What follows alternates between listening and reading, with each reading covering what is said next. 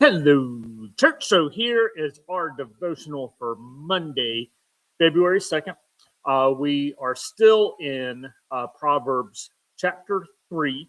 I will actually be concluding that today.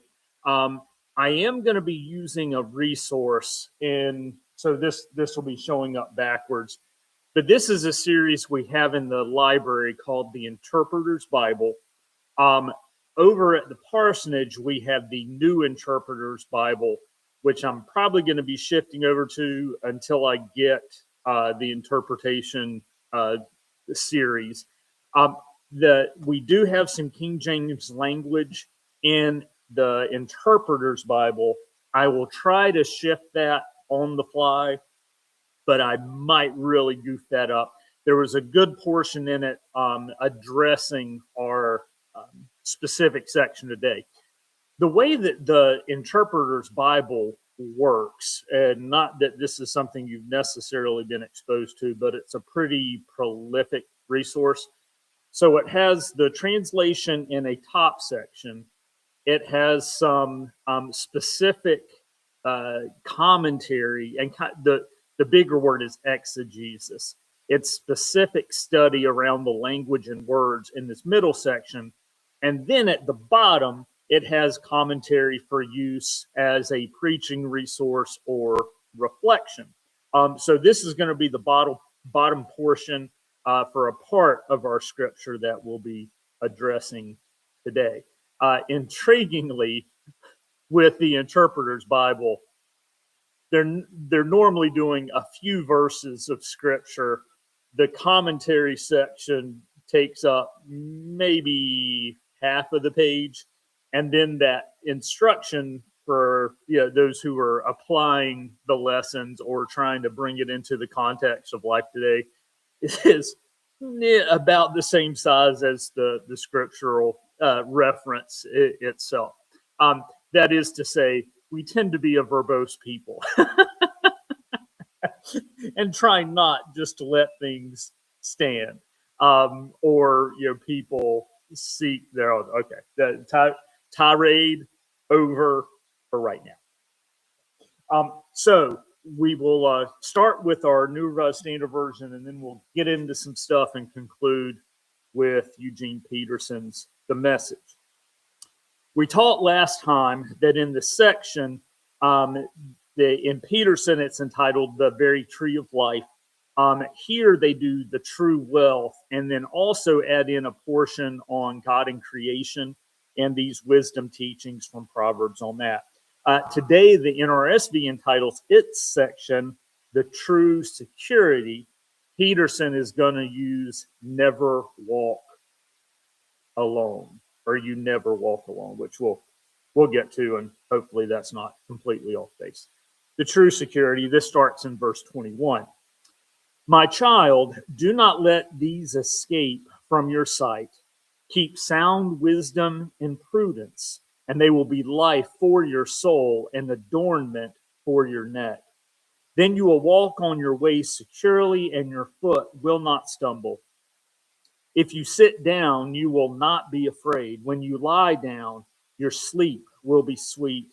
Do not be afraid of sudden panic or of the storm that strikes the wicked, for the Lord will be your confidence and will keep your foot from being caught.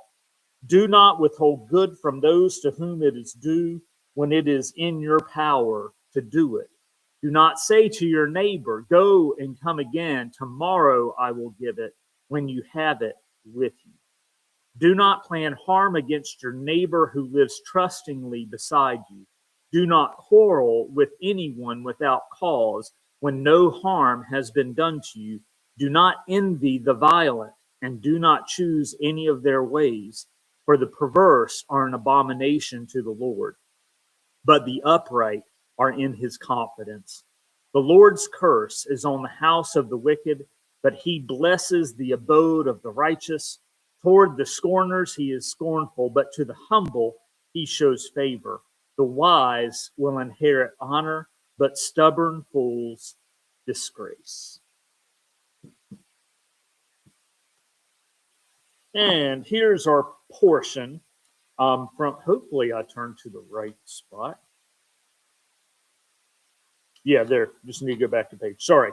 So this is the bottom commentary on verses 21 to 26. So that beginning portion of our proverb entitled Walking Securely.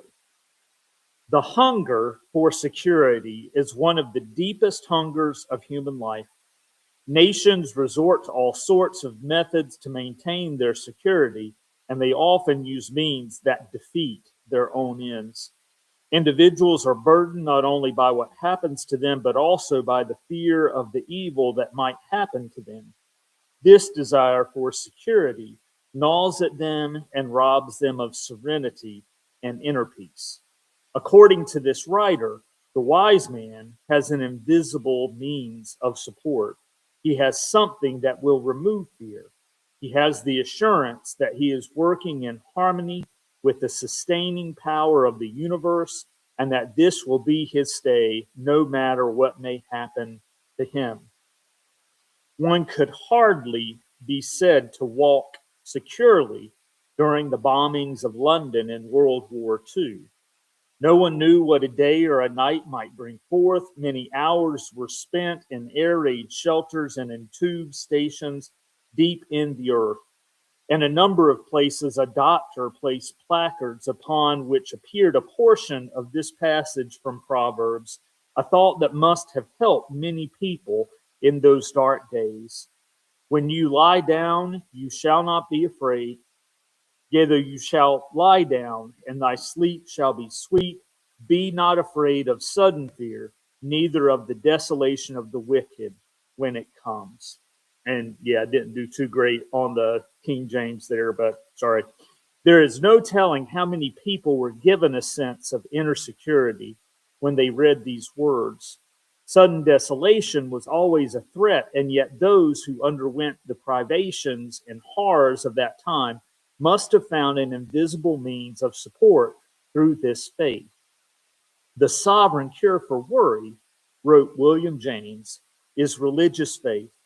The turbulent billows of the fretful surface leave the deep parts of the ocean undisturbed, and to him who has a hold of vaster and more permanent realities, the hourly vicissitudes of his personal destiny seem relatively unimportant things. Human life on this planet is always insecure. One can never know what a day will bring forth. He cannot, by conscious effort, make his heart beat. He cannot be sure that he will turn homeward at set of sun.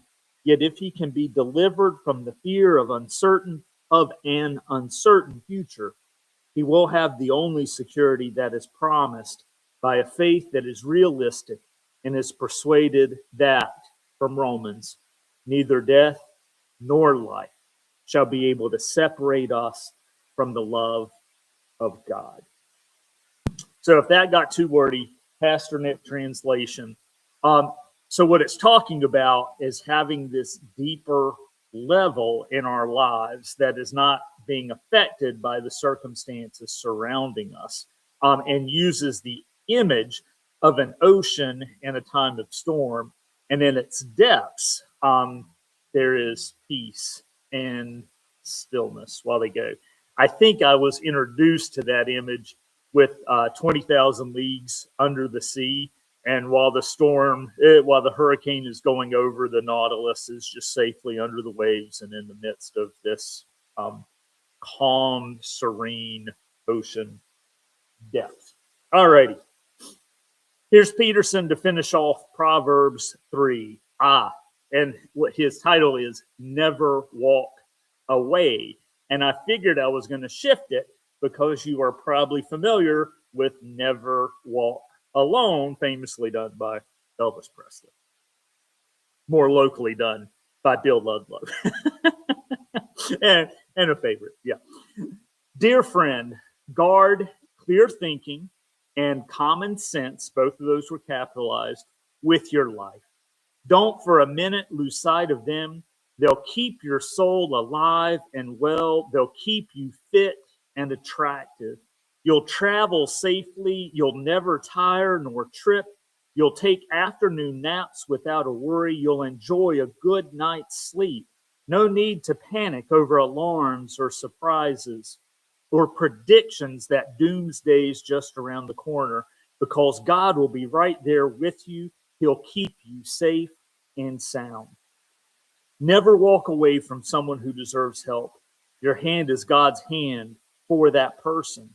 Don't tell your neighbor, maybe some other time, or try me tomorrow, when the money's right there in your pocket.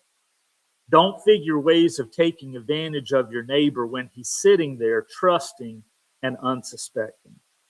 Don't walk around with the chip on your shoulder, always spoiling for a fight. Don't try to be like those who shoulder their way through life. Why be a bully? Why not, you say? Because God can't stand twisted souls. It's the straightforward who get his respect. God's curse blights the house of the wicked, but he blesses the home of the righteous. He gives proud skeptics a cold shoulder, but if you're down on your luck, he's right there to help. Wise living gets rewarded with honor. Stupid living gets the booby prize. Okay, some really good portions that I'm going to be repeating that particularly jumped out at me. That last one, just to get it out of my system. Living gets rewarded with honor. Stupid living gets the booby prize. Don't be a schmuck. Yeah. And then this portion I also will need to do some more reflecting on and like. Don't walk around with a chip on your shoulder, always spoiling for a fight. Don't try to be like those who shoulder their way through life. Why be a bully? Question mark. Why not? You say, because God can't stand twisted souls. It's the straightforward who get God's respect. Some good reminders from Proverbs. So that finishes up our third chapter. We'll be back with you tomorrow as we get into chapter 4, and see you then. Bye-bye.